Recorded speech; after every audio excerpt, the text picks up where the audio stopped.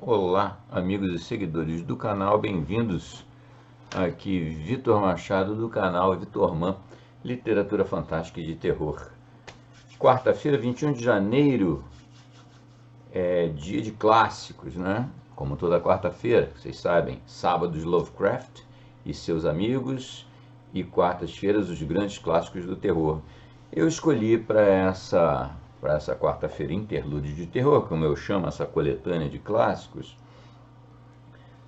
trazer novamente um dos meus ídolos, meu ídolo desde a infância, Sherlock Holmes, a imortal criação do grande Arthur Conan Doyle. Eu escolhi entre muitos, quando eu já narrei alguma coisa do Sherlock Holmes, está aqui na playlist Arthur Conan Doyle. Narrei inclusive a inesquecível novela O Cão dos Baskerville, está aqui para quem não assistiu em diversos episódios. Narrei alguns contos, narrei contos de terror do Conan Doyle, também, mesmo sem Sherlock, que está aqui na mesma playlist, né? E hoje eu resolvi voltar ao Conan Doyle e acrescentar mais uma pedrinha no mosaico Sherlock Holmes. Eu escolhi um conto considerado dos melhores, se não o melhor. Mas antes de enveredar pela análise aí do conto, eu não vou falar, como vocês já sabem, né? Eu não vou falar da vida e obra do Conan Doyle, porque eu já fiz essa análise e já coloquei para vocês em postagens anteriores, né? Mas a questão é que eu queria aproveitar antes de adiantar falar do conto, qual é e suas características, fazer aqueles pedidinhos de sempre para vocês, o apoio que o canal necessita para continuar nessa trajetória. Nós estamos nos aproximando rapidamente dos 5.000 inscritos. E eu aproveito aqui para agradecer a todo mundo e é mais uma razão para pedir esse apoio, likes, hypes, compartilhamentos, comentários, se inscrever, quem estiver aqui me ouvindo e não é inscrito, não deve ter muita gente, mas é sempre bom lembrar, vamos se inscrever, marcar sininho, quem puder entrar para membro do canal, dar outros tipos de apoio que aparecem na descrição do vídeo, tudo aquilo. Mas qual é o conto que eu escolhi? Qual é esse tal conto que é considerado o melhor conto do Sherlock Holmes, do Conan Doyle, estrelando Sherlock Holmes? É A Faixa Malhada. A Faixa Malhada, ele foi escrito, esse conto, em 1892. Ele foi incluído, vocês sabem que a carreira do Sherlock, a obra, as 60 obras que compõem o total, o canon, como se costuma dizer, do Sherlock Holmes, são 4 novelas e 56 contos. Começou com O Estudo em Vermelho e logo em seguida apareceu uma primeira antologia reunindo um conjunto de contos. Essa antologia chamou-se Aventuras de Sherlock Holmes e é justamente nessa primeira antologia, As Aventuras de Sherlock Holmes, é que aparece esse conto A Faixa Malhada. Esse conto, ele muito não é unânime, nada na vida é unânime, né, nem consensual, mas é muito frequente esse conto ser mencionado como o melhor conto do Sherlock. Realmente ele tem uma dinâmica muito interessante, né? Ele tem um esqueleto mais ou menos semelhante aos outros, é uma consulente que procura o Sherlock, expõe uma situação e o Sherlock vai ao local para tentar esclarecer o que aparentemente tem um aspecto sobrenatural ou de terror, ou pelo menos inexplicável. O Sherlock chega e acaba esclarecendo o que está se passando. É um conto realmente sombrio, considerado o melhor e também muito dito tratar-se de uma obra muito mais próxima de um horror gótico vitoriano do que de uma mera aventura de um detetive. Mas os textos que envolvem Sherlock Holmes nunca são uma mera aventura de detetive. Não dá para comparar. Tem muito detetive batuta e bom por aí na literatura, mas igual Sherlock Holmes é impossível, né? Eu Cadê o livro? Eu escolhi para narrar o conto, eu tenho algumas versões das obras do Sherlock Holmes, tanto originais quanto já em português, né? Mas eu optei por utilizar, eu tenho sempre que possível optado por utilizar essa coleção. Essa coleção aqui, eu tenho ela desde criança. E foi comprada em sebo, como praticamente tudo que eu tinha de livro, e que foi o meu início na literatura, foi através dos sebos, lá no Rio de Janeiro. E esse livro aqui, ele é muito antigo, ele é mais velho que eu, por incrível que pareça.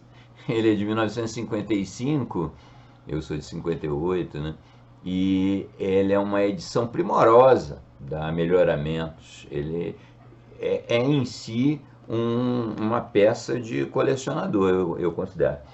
E aí eu vou me permitir fazer um comentário para vocês interessante. Eu fiquei meio embatucado aqui para comentar com vocês de quando é essa edição, né? Aí eu fui olhar, não aparece. Eu vou comentar isso aqui porque pode ser que seja útil para vocês em algum momento.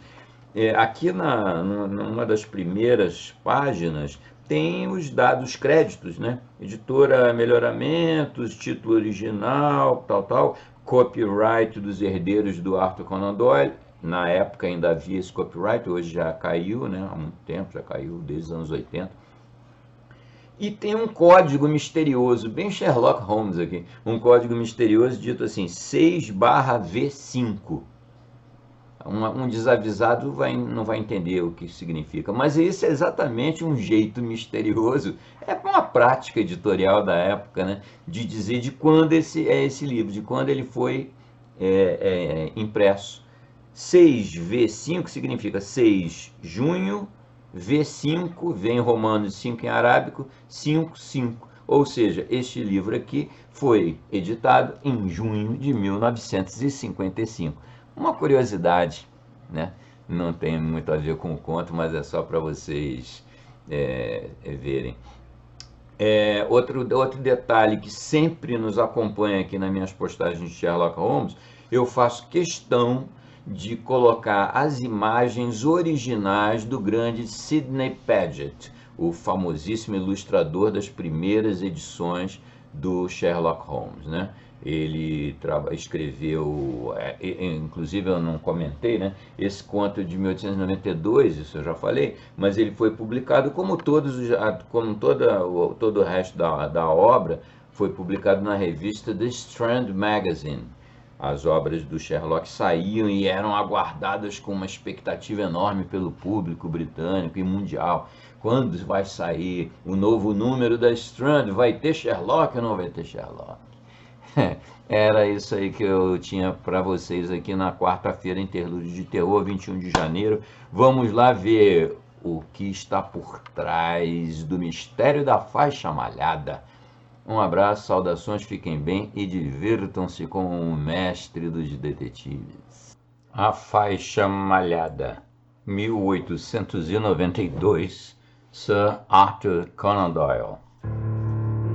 Ao fazer uma revisão das minhas anotações sobre os 70 e tantos casos nos quais tenho, durante estes últimos 8 anos, estudado os métodos de meu amigo Sherlock Holmes, encontro alguns trágicos, outros cômicos e um grande número apenas estranhos, mas nenhum comum, porque trabalhando como ele o faz, mais por amor à arte do que para se enriquecer, recusou associar-se a qualquer investigação que não apresente coisas fora do comum e até fantásticas. De todos esses casos, não posso recordar nenhum que apresente feições mais singulares do que aquele que teve relação com a conhecida família Surrey, dos Raylotts, em Stoke Moran. Os acontecimentos em questão ocorreram nos primeiros tempos de minha amizade com Holmes, quando alugamos uns cômodos, como solteiros que éramos, em Baker Street. Eu já podia tê-los escrito, mas uma promessa de guardá-los como segredo havia sido exigida, e só o mês passado fiquei livre dela pela inesperada morte da senhora a quem fora feita a promessa. Talvez seja bom que os fatos sejam conhecidos agora, porque tenho razões para saber que há rumores a respeito da morte do Dr. Grimsby Roylott que tendem a tornar o assunto mais terrível do que a verdade. Foi em abril de 1883. Ao acordar, encontrei Sherlock Holmes de pé, vestido ao lado de minha cama. Geralmente ele levantava-se tarde, e quando olhei o relógio e vi que eram apenas 7h15, olhei-o surpreso e talvez um pouco enfadado, porque eu era sempre pontual em meus hábitos. "Sinto muito acordá-lo, Watson", disse ele, "mas é a sorte comum hoje. A senhora Hudson foi acordada cedo, chamou-me e agora estou eu chamando-o também." O que é então? Um incêndio?" "Não, uma cliente. Uma jovem chegou há pouco, muitíssimo nervosa, e insiste em ver-me.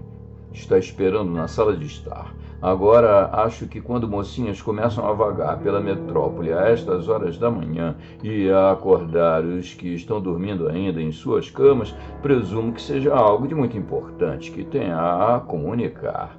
Se provar ser caso interessante, você, tenho certeza, quererá segui-lo desde o começo. Em todo caso, pensei que devia chamá-lo para lhe dar essa oportunidade." Meu caro amigo, eu não perderia por nada. Meu maior prazer era acompanhar Holmes em suas investigações profissionais e admirar as deduções e intuições rápidas, sempre baseadas na lógica e com as quais ele desenrolava os problemas que lhe eram submetidos. Vesti-me apressadamente e estava pronto em poucos minutos para acompanhar meu amigo até a sala. Uma senhora vestida de preto e rosto coberto com um véu espesso estava sentada à janela, mas quando chegamos, levantou-se. "Bom dia, madame", disse Holmes alegremente. "Meu nome é Sherlock Holmes. Este é meu amigo íntimo e companheiro, o Dr. Watson. Pode falar francamente em sua presença, como se fosse para mim só. Vejo que a senhora Hudson teve o bom senso de acender o fogo. Peço o obséquio de chegar mais para perto dele e vou mandar vir uma xícara de café bem quente para a senhora, porque vejo que está tiritando de frio." "Não é de frio", disse ela em voz baixa e mudando de lugar como fora convidada. "O que é então?" "É medo, Sr. Holmes. É medo." Levantou o véu ao falar e pudemos ver que estava mesmo num estado doloroso de agitação, o rosto descorado, os olhos irrequietos e amedrontados, como os de um animal caçado. Parecia ter uns 30 anos, porém já tinha alguns cabelos grisalhos prematuros. Sua expressão demonstrava cansaço e estava desfigurado o seu semblante. Sherlock Holmes correu os olhos com um de seus olhares ligeiros e compreensivos. "Não deve ter medo", disse ele calmamente, inclinando-se para ela e pousando-lhe a mão no braço. "Logo endireitaremos tudo, sem dúvida. Vejo que hoje veio de trem." "Então, o senhor me conhece?" "Não, mas observei a volta do bilhete na palma de sua luva. Deve ter saído cedo, todavia viajou também de charrete, por estradas ruins, até chegar à estação." A moça chocou-se e olhou alarmada para meu companheiro. "Não há mistério nenhum nisto, madame", disse ele sorrindo. "A manga esquerda de seu casaco está salpicada de lama em 7 lugares e é lama fresca. Não há nada como uma charrete para jogar lama na gente, e a senhora sentou-se à esquerda do cocheiro." "Sejam quais forem suas razões para dizer essas coisas, é verdade mesmo. Disse ela. Saí de casa às 6 horas, cheguei a Leatherhead às 6h20 e vim pelo primeiro trem a Waterloo. Senhor, não posso aguentar mais esta tensão nervosa e se continuar, ficarei doida. Não tenho ninguém a quem possa apelar. Ninguém, a não ser uma pessoa que gosta de mim. E ele, pobre moço, não pode fazer nada. Eu ouvi falar de si, Sr. Holmes, por intermédio da Sra. Farintosh, a quem o senhor ajudou na ocasião de uma necessidade. Foi dela que obtive seu endereço. Oh, senhor, será que pode ajudar-me também, ou pelo menos esclarecer alguma coisa na escuridão que me cerca? Atualmente não posso recompensá-lo pelo trabalho, mas dentro de uns 2 meses me casarei e assim terei o controle pessoal do que é meu. Então, o senhor, pelo menos, não me considerará ingrata. Holmes virou-se para sua escrivaninha e, abrindo-a, tirou uma caderneta de notas e consultou-a. Farintosh, disse ele. Ah, sim, lembro-me do caso. Tratava-se de uma tiara de opalas. Foi antes de você vir morar aqui, Watson. Só tenho a dizer, madame, que terei prazer em dar a mesma atenção ao seu caso, como fiz para sua amiga. Quanto à recompensa, a minha profissão traz por si mesma uma compensação. No entanto, a senhora terá a liberdade de me reembolsar de qualquer despesa que houver, quando lhe for conveniente.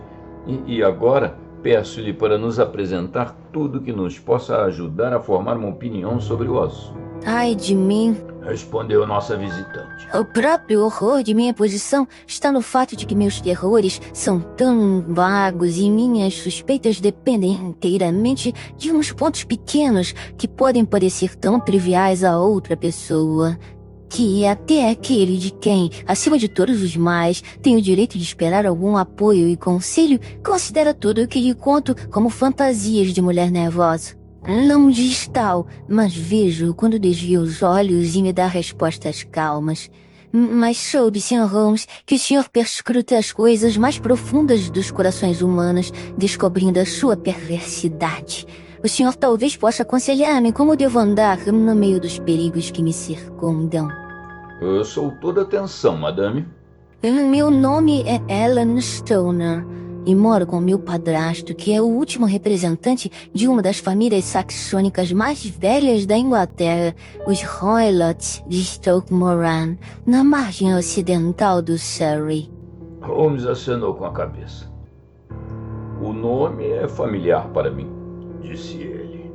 A família estava, nessa ocasião, entre as mais ricas da Inglaterra. A herdade estendia-se sobre os limites dos condados de Berkshire ao norte e Hampshire ao oeste. No século passado, todavia, 4 dos herdeiros foram homens dissolutos e de disposição esbanjadora, e a ruína da família foi eventualmente efetuada por um jogador nos dias da regência. Nada restou, senão alguns alqueires de campo e a casa secular, essa mesma sob o ônus de uma pesada hipoteca. O último dono, literalmente, arrastou sua existência ali, vivendo uma vida horrível de aristocrata pobre.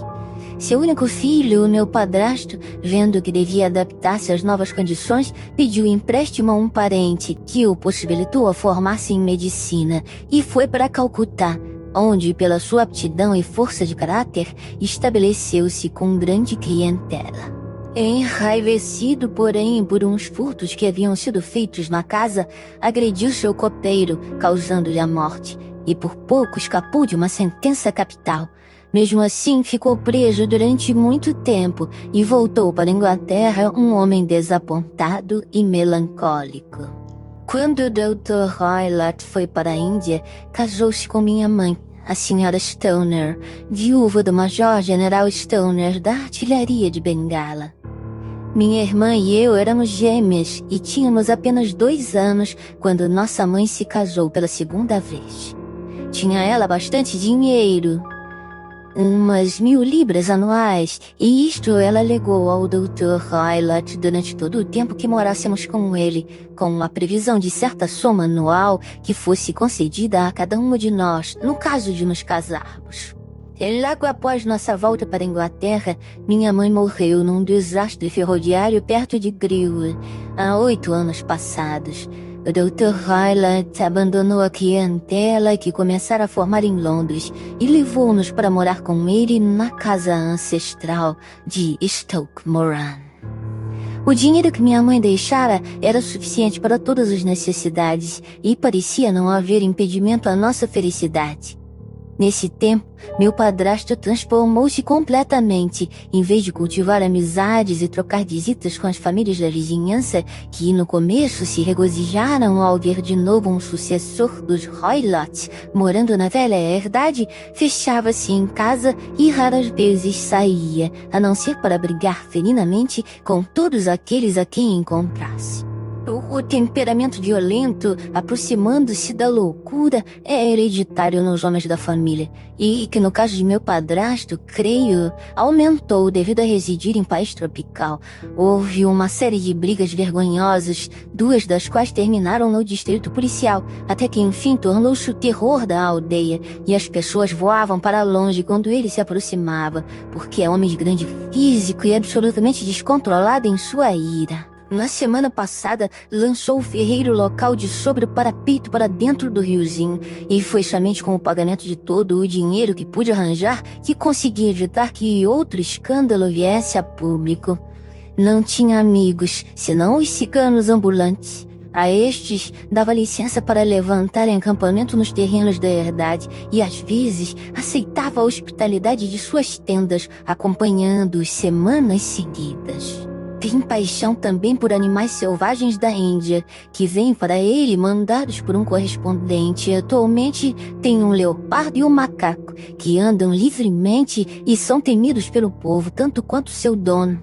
O senhor pode imaginar, pelo que lhe estou dizendo, que minha irmã e eu não tínhamos qualquer prazer na vida. Empregada nenhuma ficava conosco, e por muito tempo ela e eu fizemos todo o trabalho da casa. Ela contava somente 30 anos quando morreu. Apesar disso, seu cabelo já estava ficando grisalho, como está o meu. Sua irmã morreu, então? Morreu há 2 anos passados, e é de sua morte que quero falar com o senhor. Pode bem compreender que, passando a vida como tenho descrito, era difícil estar em companhia de pessoas de nossa idade e posição. Tínhamos, todavia, uma tia solteirona, a senhorita Honoria Westhale, que mora perto de Harrow, e ocasionalmente tivemos permissão para fazer uma visita breve em casa dela. Julia esteve lá no Natal há 2 anos e encontrou um major da marinha, de quem ficou noiva. Meu padrasto ficou sabendo do noivado quando ela voltou para casa. Não fez nenhuma objeção, porém, 2 semanas antes do dia fixado para o casamento, um acontecimento terrível ocorreu, levando minha única companheira. Sherlock Holmes estivera sentado em sua poltrona descansadamente, com os olhos fechados e a cabeça numa almofada, mas nesse ponto entreabriu os olhos e fitou a visitante. Favor contar todos os pormenores. É fácil para mim assim fazer, porque tudo o que aconteceu então está cauterizado em minha memória. A casa, como já disse, é muito velha e agora só se usa uma das salas. Os quartos se acham nessa ala, no andar térreo, e as salas estão no centro do edifício. Desses quartos, o primeiro é o do Dr. Roylott, o segundo de minha irmã e o terceiro, meu. Não há comunicação entre eles, mas todos se abrem para o mesmo corredor. Está claro? Perfeitamente.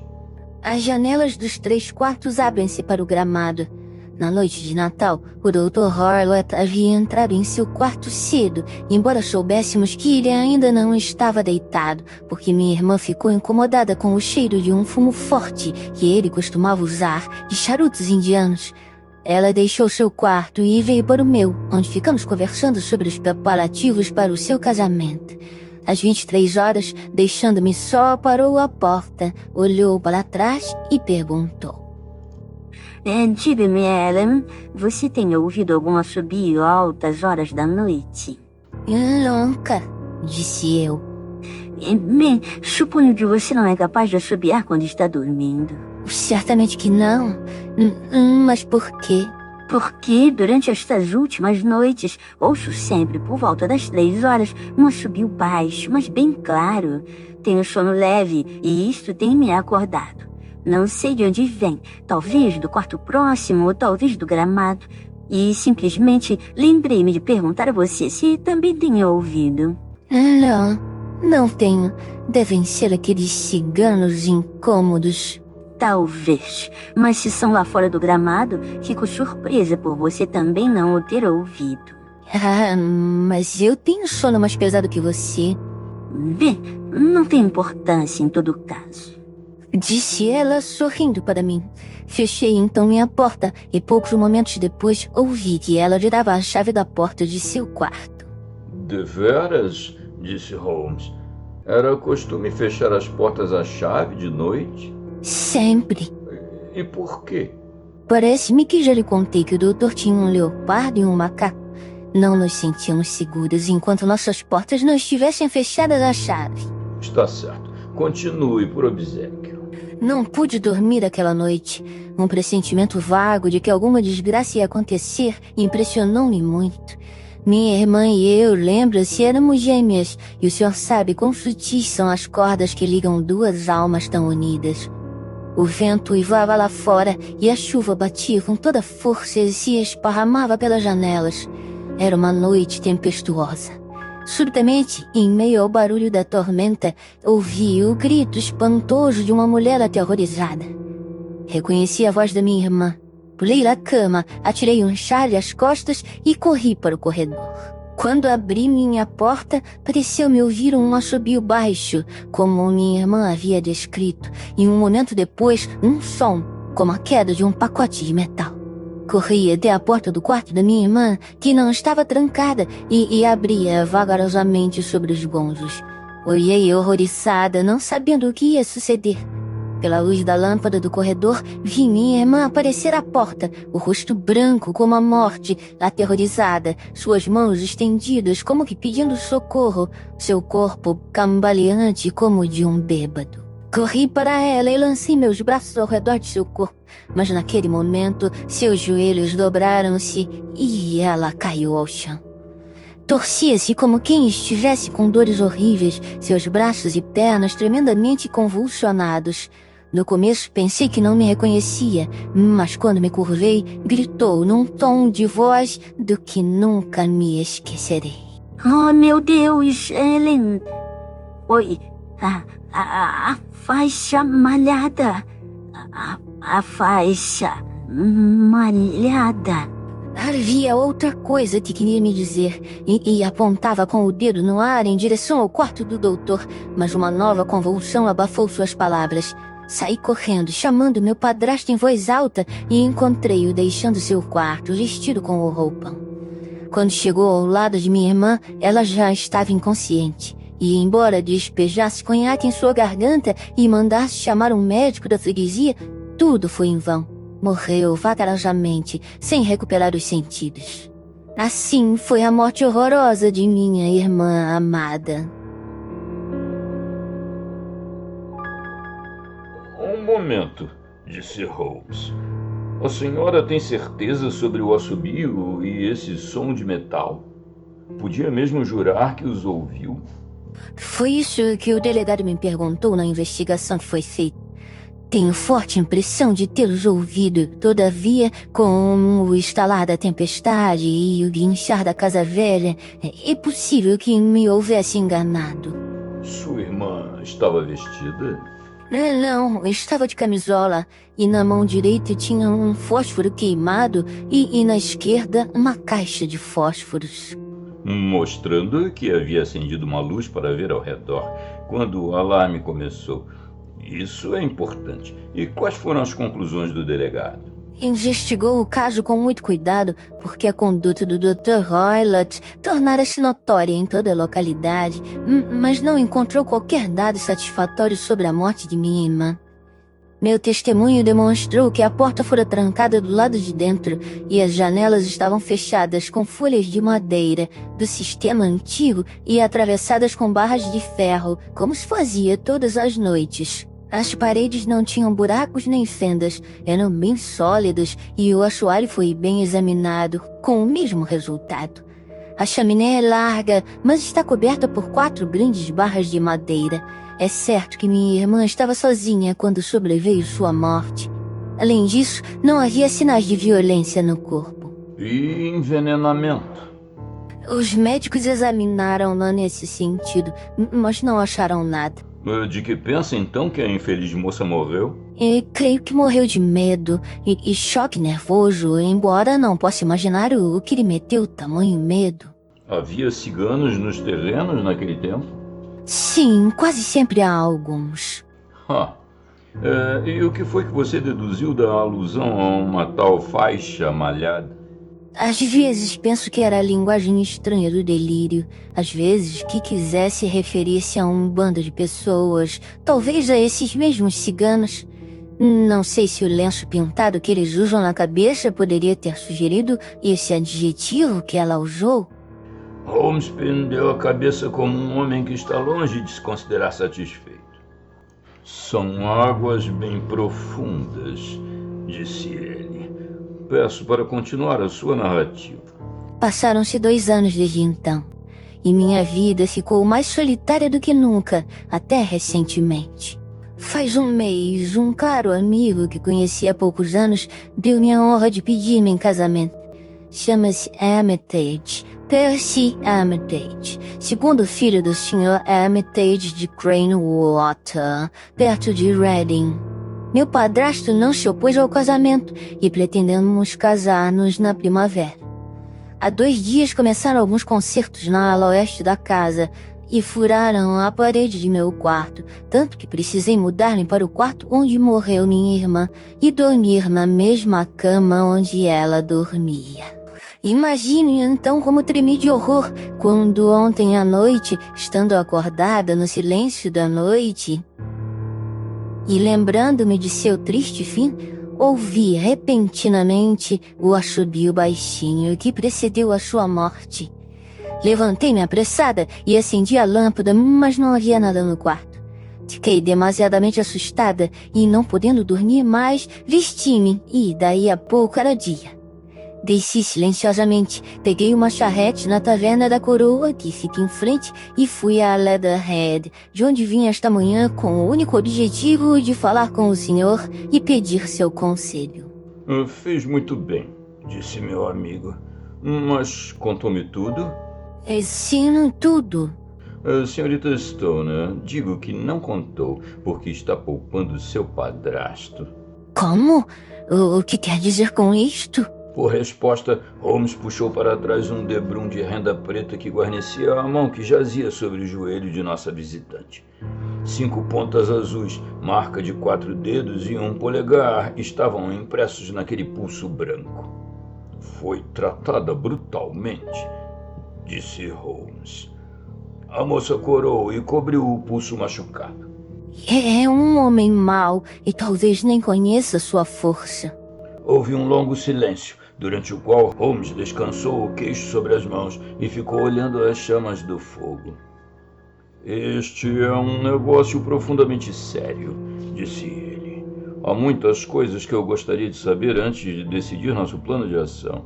Todavia, não temos um momento a perder. Se fôssemos a Stoke Moran hoje, seria possível vermos aqueles quartos sem o conhecimento de seu padrasto?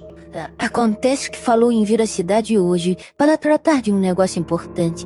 É provável que esteja fora o dia inteiro e não haverá nada para atrapalhar. Temos agora uma empregada, mas é velha e caduca. Eu poderia facilmente pô-la de lado. Excelente. Você não faz questão de ir, Watson? Absolutamente. Então iremos os dois. O que a senhorita vai fazer agora? Há 1 ou 2 coisas que desejo fazer, visto estar na cidade, mas volto no trem do meio-dia, pronta para encontrá-los. Pode esperar-nos mais cedo. Eu também tenho umas poucas coisas para fazer. Mas a senhora não quer esperar o almoço? Não, preciso ir. Meu coração já ficou aliviado desde que lhe contei minha aflição. Esperá-los-ei com ansiedade esta tarde. O que você pensa disto tudo, Watson? Perguntou Sherlock Holmes, recostando-se na cadeira. Parece-me um negócio negro e sinistro. Contudo, se a moça foi correta ao dizer que as paredes e o assoalho estão intactos e que a porta, as janelas e a chaminé são impenetráveis, então a irmã dela, sem dúvida, estava sozinha quando morreu misteriosamente. O que significam para você, então, aqueles assobios noturnos e as palavras esquisitas da irmã? Eu não posso sequer imaginar. Quando se combina a ideia de assobios noturnos à presença de um bando de ciganos que tem intimidade com esse velho doutor e também o fato de que ele tem interesse em frustrar o casamento de sua enteada, mas ainda a alusão a uma faixa e, finalmente, o fato de a senhorita Stoner ouvir um baque metálico que poderia ter sido causado por uma barra daquelas que seguram a janela sendo recolocada. Penso que há um fundamento para que o mistério seja descoberto nestas linhas.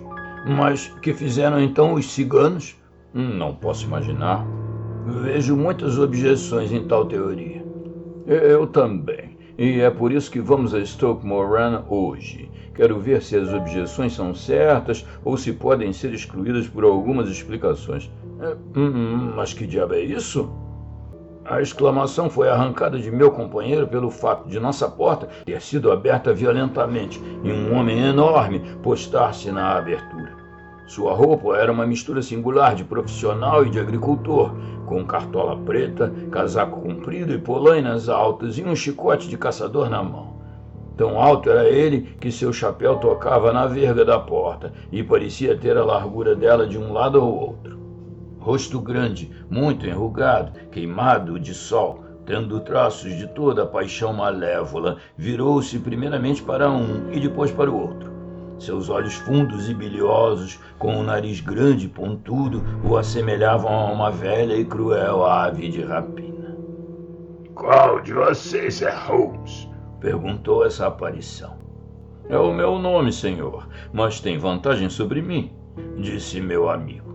Sou Dr. Grimsby Roylott de Stoke Moran. Deveras, doutor? Disse Holmes suavemente. Queira sentar-se. Não farei tal coisa.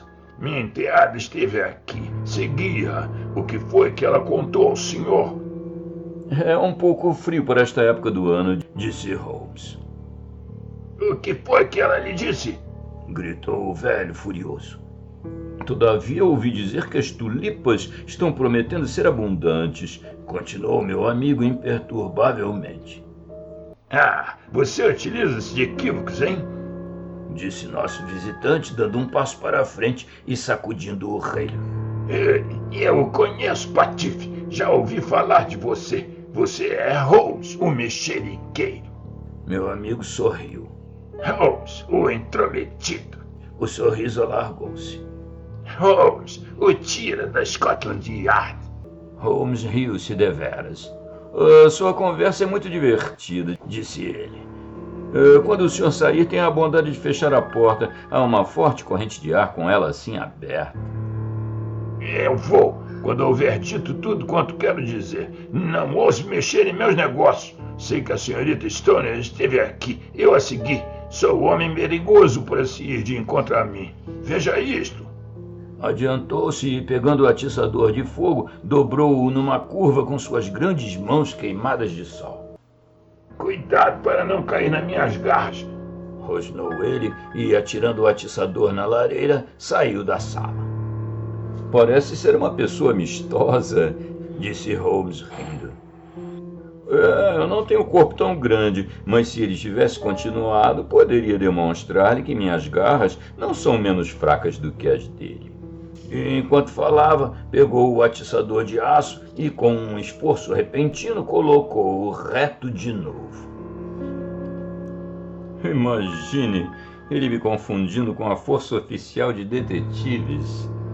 Este incidente dá-nos gosto para nossas investigações. Todavia, espero que nossa amiguinha não sofra pela sua imprudência em deixar este bruto segui-la. E agora, Watson, vamos almoçar. Depois iremos a Dr. Scones, onde espero encontrar alguns dados que nos possam ajudar neste caso. Eram quase 13 horas quando Sherlock Holmes voltou de sua excursão, tendo na mão um papel azul, todo rabiscado com anotações de algarismos. Vi o testamento da falecida esposa, disse ele, e, para determinar seu sentido exato, fui obrigado a calcular os preços atuais dos investimentos com os quais está ligado. A renda toda na ocasião da morte dela era pouco menos de 1000 libras, e está agora, devido à queda de preços, mais ou menos em 750 libras. Cada filha pode requerer uma renda de 250 libras no caso de seu casamento.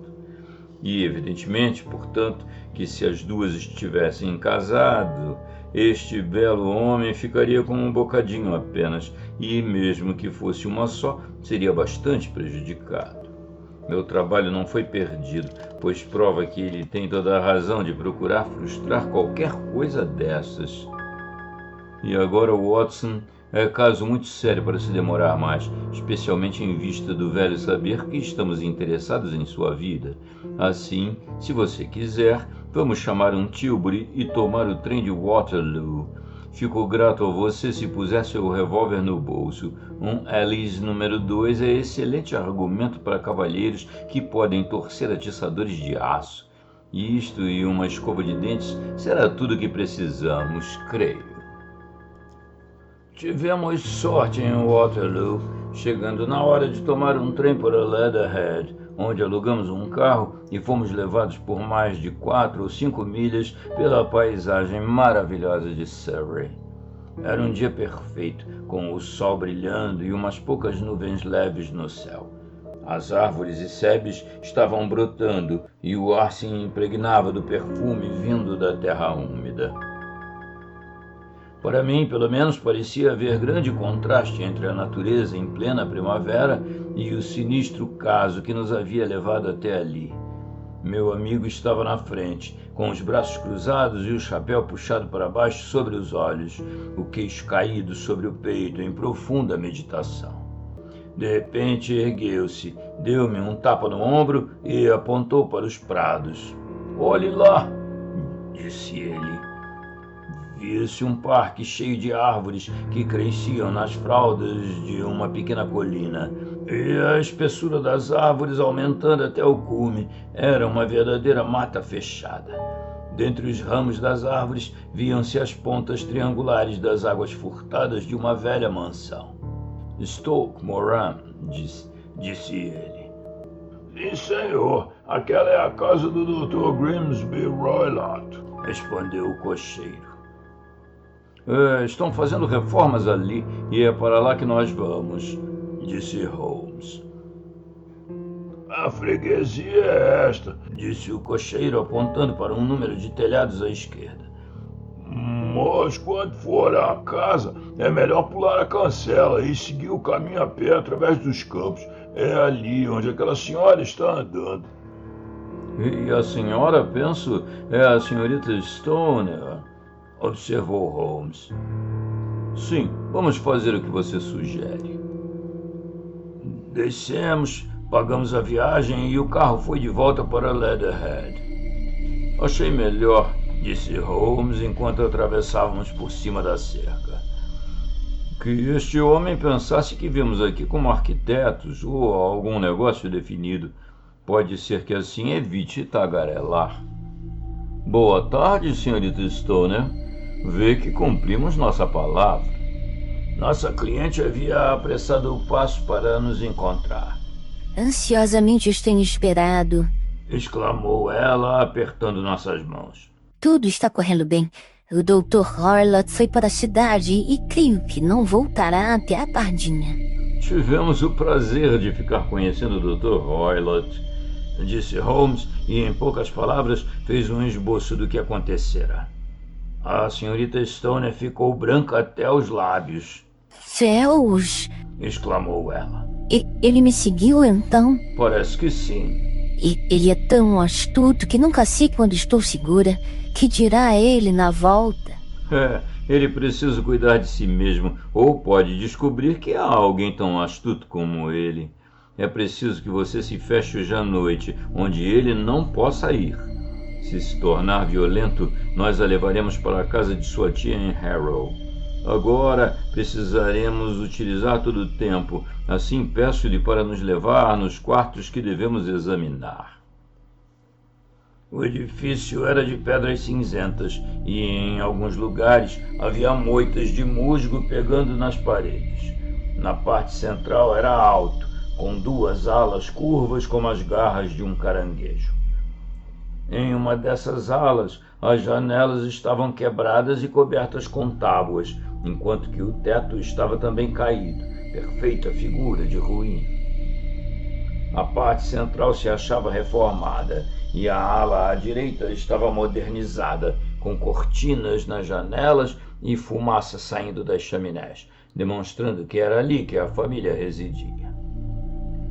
Alguns andaimes se levantavam contra as paredes dos fundos, onde havia uma abertura, mas sem sinais de pedreiros trabalhando na hora de nossa visita. Holmes andou de cima para baixo no gramado e examinou com muita atenção as janelas do lado de fora. Esta, presumo, pertence ao quarto que a senhorita ocupava. O do centro era de sua irmã e o ligado ao edifício principal é o do Dr. Roylott. Exatamente, mas agora estou dormindo no quarto do meio. É por causa das modificações, mas não vejo tão grande necessidade de reparos naquele lado da parede. Não havia mesmo, e acredito que foi uma desculpa para me obrigar a mudar de quarto. É uma sugestão. Do outro lado desta ala está o corredor para o qual esses 3 quartos se abrem. Há janelas no corredor, com certeza. Sim, mas muito pequenas, estreitas demais para alguém atravessá-las. Visto que vocês trancavam as portas de seus quartos do lado de dentro, não era possível a aproximação daquele lado. Terá a bondade de entrar em seu quarto agora e trancar as janelas com as folhas de madeira. Assim fez a senhorita Stoner, e Holmes, depois de examiná-las bem, esforçou-se para abri-las sem resultado, pois não havia sequer uma fenda por onde se pudesse introduzir a lâmina de um canivete. Pegou na lente de aumento e examinou as dobradiças, mas eram de ferro sólido, embutido na parede. Disse ele, coçando o queixo perplexo. Minha teoria apresenta algumas dificuldades. Ninguém poderia passar por essas folhas uma vez trancadas. Bem, vamos ver se o interior nos revela alguma pista. Uma porta estreita dava entrada ao corredor caído, por onde se abriam todos os 3 quartos. Holmes recusou examinar o terceiro quarto, e assim passamos para o segundo, aquele em que a senhorita Stoner dormia agora e no qual sua irmã encontrou a morte. Era simples, com teto baixo e lareira larga, conforme o costume das casas antigas do campo. Uma cômoda de cor marrom estava num canto, uma cama coberta com uma colcha branca em outro canto e uma mesa de toalete ao lado esquerdo da janela. Esses móveis, com mais 2 cadeiras de vime, completavam a mobília do quarto com um pequeno tapete ao centro. As tábuas ao redor e que forravam as paredes eram de carvalho marrom, já bichadas e tão velhas que pareciam ser talvez tão antigas quanto o próprio edifício. Holmes puxou uma das cadeiras para o canto e sentou-se muito quieto, enquanto seus olhos corriam ao redor, repetidas vezes para baixo, para cima, examinando todos os pormenores do quarto. Para onde é que comunica aquela campainha? Perguntou ele, apontando para uma corda grossa que estava dependurada ao lado da cama, achando-se a borla em cima do travesseiro. Com o quarto da empregada. Parece mais nova do que as outras coisas. Sim, foi colocada somente há 2 anos passados. Foi sua irmã que a pediu? Não, nem nunca ouvi dizer que ela a usasse. Nós mesmas íamos buscar o que precisávamos. Deveras, parece desnecessário colocar tão bonita corda ali. Desculpe-me um instante, vou examinar esse assoalho.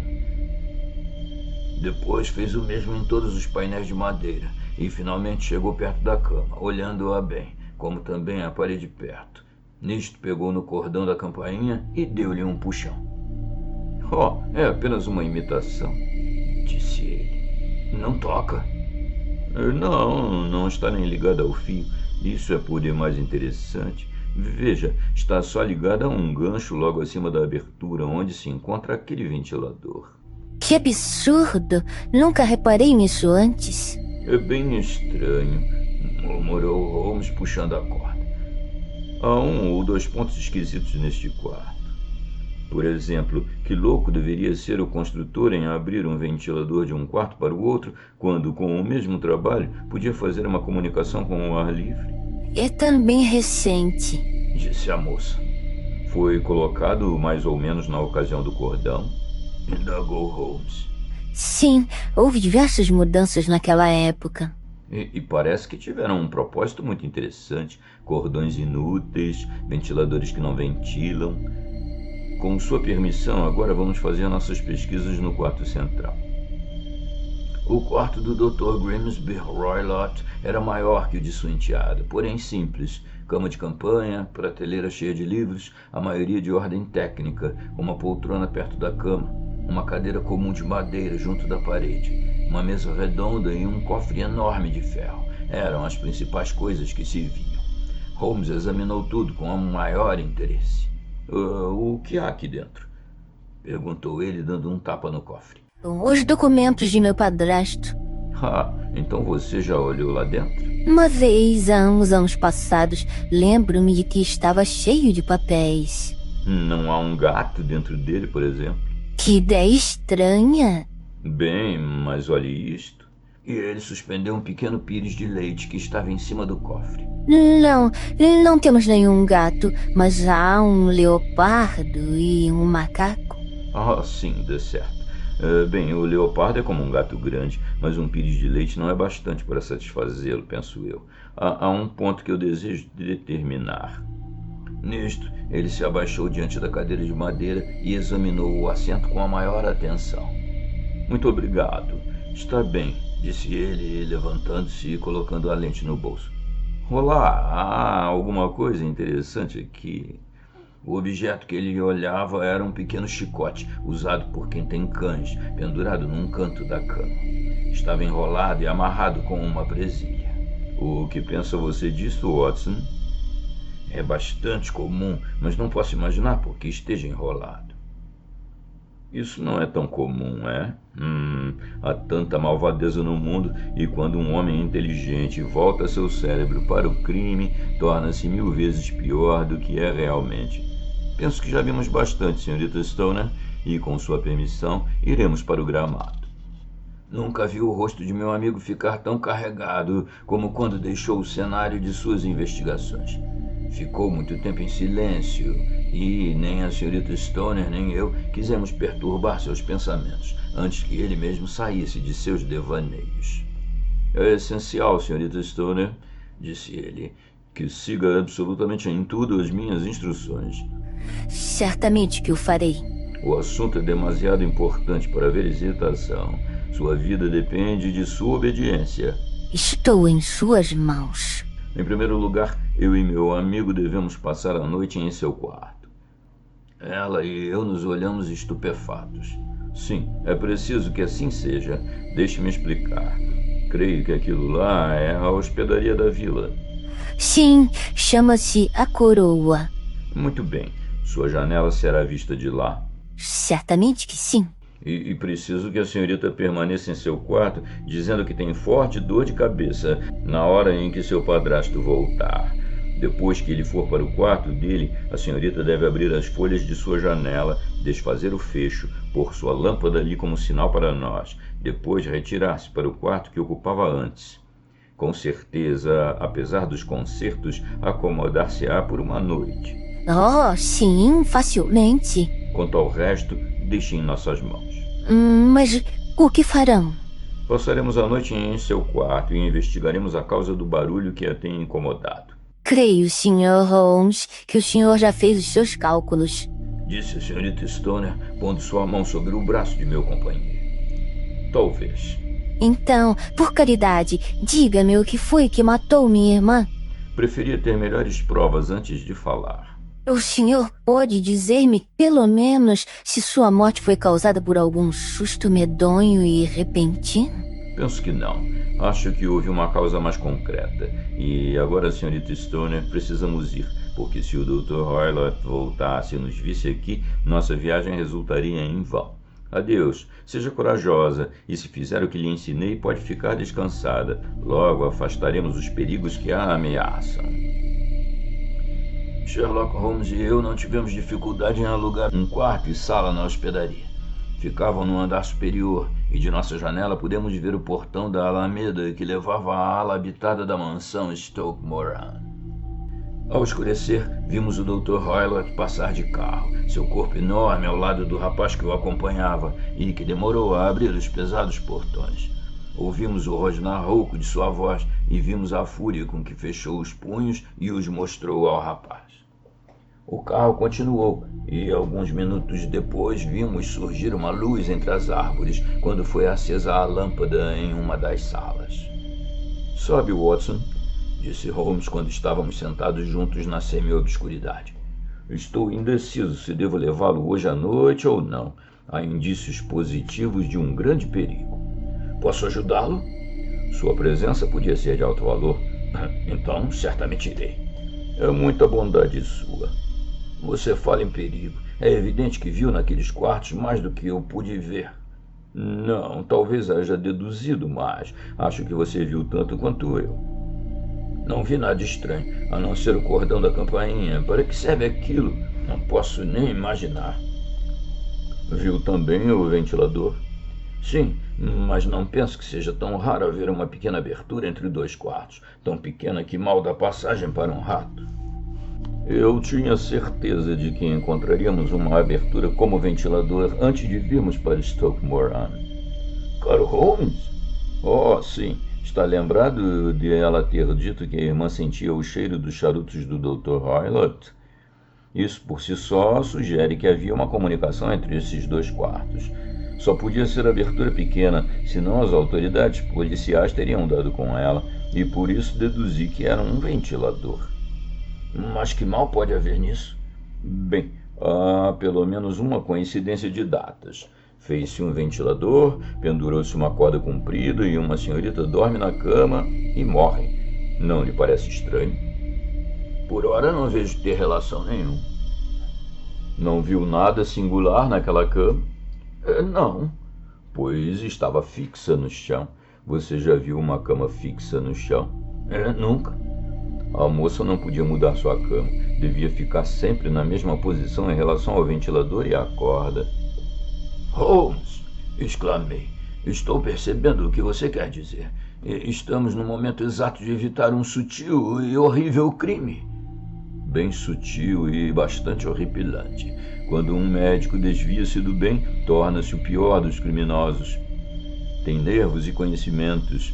Esse homem passa além de Palmer e Pritchard, mas penso, Watson, que nos aprofundaremos mais ainda.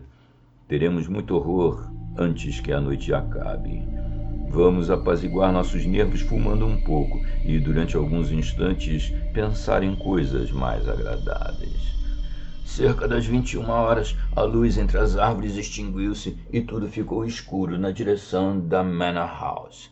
Passaram-se 2 horas vagarosamente, e então, repentinamente, justo quando o relógio da igreja batia 23 horas, brilhou a luz bem à nossa frente. Aquele é o nosso sinal, disse Holmes pulando. Está na janela do meio. Quando saímos, trocou algumas palavras com o hoteleiro, dizendo que íamos fazer uma visita, embora tarde, a um velho conhecido, e talvez passássemos a noite lá. Um momento depois estávamos nas ruas escuras, um vento frio soprando no rosto e uma luz amarela piscando à nossa frente, através das sombras para nos guiar em nossa sombria missão. Houve pouca dificuldade para entrar no terreno, porque havia muitos vãos no velho paredão do parque. Adiantando-nos debaixo das árvores, alcançamos o gramado, atravessamo-lo e íamos entrar pela janela quando, de dentro de uns arbustos de louro, pulou uma coisa que parecia uma criança aleijada e que se lançou sobre a grama com o corpo todo retorcido e depois desapareceu rapidamente na escuridão.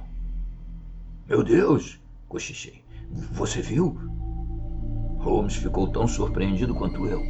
Sua mão fechou-se sobre meu pulso como um torniquete, em sua agitação. Então riu baixinho e chegando a boca junto ao meu ouvido. É uma família bonita, murmurou ele. Aquilo é o macaco. Havia me esquecido dos mimalhos do doutor. Havia um leopardo também. Talvez o sentíssemos nos ombros a qualquer momento. Confesso que me senti aliviado quando, seguindo o exemplo de Holmes ao tirar os sapatos, achei-me dentro do quarto. Sem fazer qualquer ruído, meu companheiro fechou as janelas, passando a lâmpada para a mesa e olhou ao redor do quarto. Tudo estava como havíamos visto durante o dia. Então, chegando-se junto a mim e dobrando a mão em forma de concha, cochichou no meu ouvido tão baixo que mal pude distinguir as palavras. O menor barulho poderia ser fatal a nossos planos. Acenei com a cabeça para mostrar que havia entendido. Temos de ficar no escuro. Ele veria a luz pelo ventilador. Acenei de novo.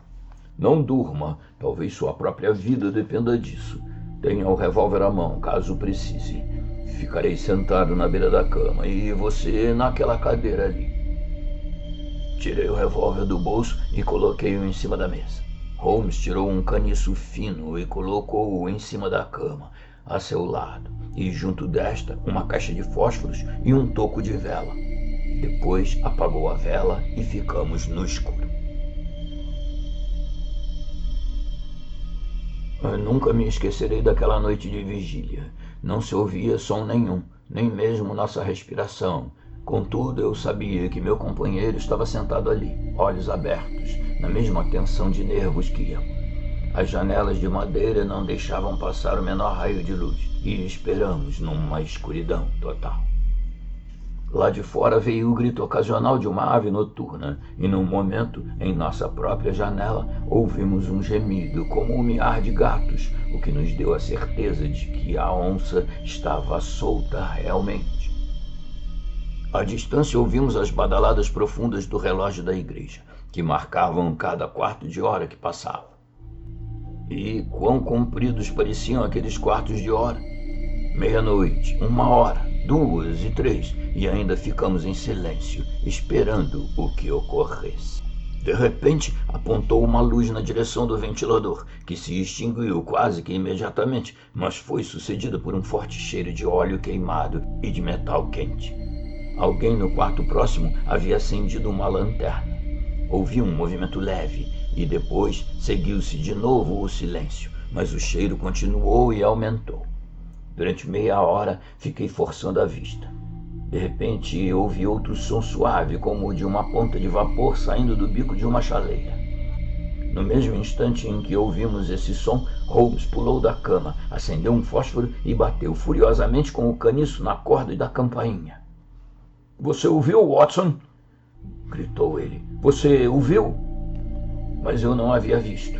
No momento em que Holmes bateu o fósforo, eu ouvi um assobio baixo, mas distinto, porém o brilho repentino nos meus olhos cansados impossibilitou-me de discernir contra o que meu amigo se atirava, açoitando com tanta fúria. Todavia, pude ver que seu rosto estava pálido como a morte e revelando horror e repugnância. Parou de bater e estava olhando para o ventilador, quando de repente, quebrando o silêncio da noite, veio o grito mais horroroso que jamais ouvi, aumentando até chegar a ser um bramido rouco de dor, de medo e de ira, tudo misturado num tremendo uivo estridente. Dizem que na vila e até na casa paroquial, aquele grito acordou e fez levantar os que dormiam em suas camas. Nossos corações gelaram e eu fiquei olhando Holmes e ele para mim, até os últimos ecos cessarem aos poucos. — O que pode ser isso? Perguntei ofegante. — Quer dizer que tudo se acabou, respondeu Holmes. E, finalmente, talvez para melhor. Pegue seu revólver e vamos entrar no quarto do Dr. Roylott. Com a fisionomia grave, acendeu a lâmpada e saiu para o corredor. Bateu na porta 2 vezes, sem receber resposta. Depois virou a maçaneta e entrou, eu logo atrás com o revólver de prontidão. Foi uma cena singular que vimos. Em cima da mesa, uma lanterna com uma parte escura meio aberta, lançando um raio de luz sobre o cofre de ferro, cuja porta estava aberta. Ao lado da mesa, sentado, achava-se Grimsby Roylott, vestido com o chambre, os pés dentro de um par de chinelos turcos. No colo, atravessando as pernas, achava-se o açoite com a corda comprida em que havíamos reparado durante o dia. O queixo estava caído, e seus olhos fixos num olhar rígido, hediondo, num canto do teto. Ao redor da testa tinha uma faixa amarela, esquisita, com pintas marrons, que parecia estar amarrada com força ao redor de sua cabeça. A faixa malhada, cochichou Holmes. Dei um passo à frente, Nesse instante, o ornamento da cabeça começou a mover-se, e dentre o cabelo levantou-se a cabeça chata, em forma de diamante, e o pescoço inchado de uma serpente repugnante. É uma cobra do brejo, disse Holmes, a cobra mais venenosa da Índia. Ele morreu em 10 minutos ao ser mordido. A violência, na verdade, sempre cai sobre os violentos, e o artista cai sempre na cova que ele preparou para outro. Vamos obrigar esta criatura a voltar para sua cova, e então poderemos levar a senhorita Stoner para algum abrigo seguro e contar à polícia o que aconteceu. Enquanto falava, retirou o chicote do colo do morto e, jogando o laço ao redor do pescoço do réptil, arrancou-o de seu poleiro macabro e, carregando-o de braço estendido, atirou-o dentro do cofre e fechou a porta. Estes são os fatos verdadeiros a respeito da morte do Dr. Grimsby Roylott de Stoke Moran. Não é necessário que se prolongue a narrativa, já que se entendeu demais para dizer como contamos a triste notícia à mocinha aterrorizada, e como nós a levamos de trem pela manhã e a deixamos em Harrow. Nem mesmo se conta o progresso vagaroso das investigações oficiais, que enfim decidiram que o doutor fora morto quando brincava descuidadamente com um mimalho perigoso. O pouco que ainda me faltava saber do caso foi-me relatado em nossa volta no dia seguinte. Eu havia chegado a uma conclusão completamente errônea que demonstra, meu caro Watson, quão perigoso é raciocinar com dados insuficientes. A presença dos ciganos, bem como a palavra faixa que a pobre moça usou, sem dúvida, explicando a visão horrível que ela teve à luz do fósforo, bastaram para me despistar. Meu único mérito foi reconhecer meu erro, quando ficou claro para mim que qualquer perigo que ameaçava a dona do quarto não poderia vir da janela nem da porta. Chamaram minha atenção o tal ventilador e a corda da campainha tão perto da cama. Achei também esquisito ser a cama fixa e a campainha somente um embuste, e que a corda vinha diretamente do ventilador para a cama. Tudo isso deu-me a ideia de que era para a descida de alguma coisa de um ponto ao outro, e a ideia de uma cobra ocorreu-me logo, ainda mais sabendo que o doutor possuía vários animais da Índia, e assim pensei que estava numa pista certa. A ideia de uma forma de envenenamento que não podia ser descoberta por testes químicos era justamente o que serviria para um homem astuto e cruel que aprendeu tais coisas no Oriente. A rapidez com que tal veneno faria efeito era por ele considerada uma vantagem. Havia de ser um médico legista bem perspicaz para dar com 2 pontinhos escuros onde os dentes da cobra haveriam picado para introduzir o veneno. Depois lembrei-me do assobio. Era preciso recolher a cobra antes que chegasse a luz do dia para que a vítima não a enxergasse. Ele havia treinado a cobra, talvez com o uso do leite que vimos. Ele a introduzia pelo ventilador na hora que julgava melhor, tendo a certeza de que ela desceria pela corda e chegaria à cama, podendo ou não morder a ocupante. Talvez ela escapasse todas as noites, durante uma semana inteira. Porém, mais cedo ou mais tarde seria vitimada. Já havia formulado essas ideias antes de entrarmos no quarto, e numa inspeção que fiz de sua cadeira, vi que tinha o hábito de subir nela, o que, está claro, era necessário para poder alcançar o ventilador. Quando vi o cofre e o pires de leite, o laço feito da corda do chicote, tudo isso fez desaparecer qualquer sombra de dúvida. O som de metal que a senhorita Stoner ouviu foi sem dúvida causada pelo bater da porta do cofre sobre sua terrível ocupante. Uma vez convencido de que estava na pista certa, você deve estar lembrado dos passos que dei para pôr à prova as ideias. Ouvi o bicho assobiar, suponho que você ouviu também, e logo acendi a luz e o ataquei. Com o fito de o impelir a voltar pelo ventilador, e também com o intuito de fazê-lo revoltar-se contra o próprio dono do outro lado. Algumas das pancadas acertaram nela e despertaram seu temperamento vil. Por isso, lançou-se sobre a primeira pessoa que viu. Desse modo, sem dúvida, sou indiretamente responsável pela morte do Dr. Grimsby Roylott, e não posso dizer que isso me pese lá muito na consciência.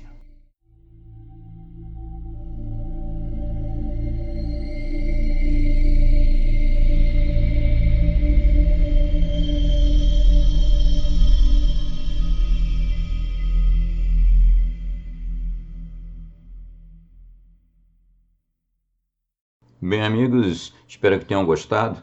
Temos aqui na página final da postagem umas sugestões de novos contos do Círculo Lovecraft, do Mito Cthulhu, e também os grandes clássicos do horror já narrados aqui no canal. E caso vocês tenham gostado muito, considerem a hipótese de ajudar o desenvolvimento do projeto aqui do canal, entrando para membros.